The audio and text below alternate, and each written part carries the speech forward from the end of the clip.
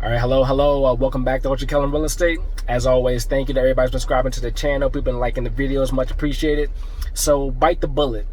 So what that really means is a lot of times in real estate, especially, when you're starting out as a landlord, like, if you're watching this video, you don't have a property yet, maybe you're like me, you have a couple properties looking to get some more. We're not a big corporation, we're not like somebody, I don't know if you're in the Chicago area, we're not like Mac Properties or, one of those big companies that has tons of people working for us. Sometimes, if your tenant does something, like once they move out, you got to clean up this, clean up that. Just gotta bite the bullet. It is what it is. Actually, and I've had that situation happen to me a couple of times where it's not worth it at my status right now as an investor / landlord to go after somebody for a petty issue.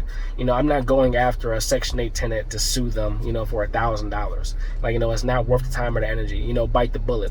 No different than when you hear about these big companies like a Target or something like that, they don't go after people who make petty little thefts because it's not worth their time. They could bite the bullet and keep it moving. It is what it is. So that's one of the things I've had to realize, getting older and going through real estate, that literally sometimes you have to bite the bullet.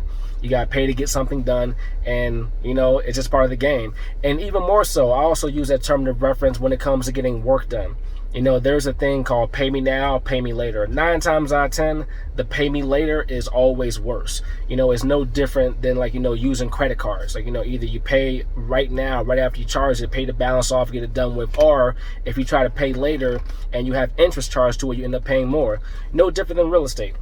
If there's an issue with one of your properties or the property that you do own, or even the house that you currently live in, 9 times out of 10, if you just pay the money, bite the bullet, and get it fixed right then there properly, 9 times out of 10, the issue will be solved for a lot less money.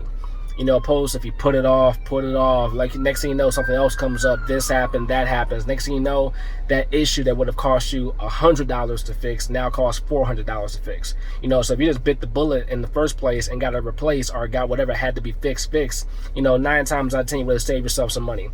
But you'll realize in this business, when it comes to dealing with tenants, just bite the bullet a lot of times. A lot of times the issues that will happen with them is not worth it. And especially in my world, I operate with mostly all Section 8 tenants. You don't want to go after and waste your time trying to sue people who don't have anything to take from.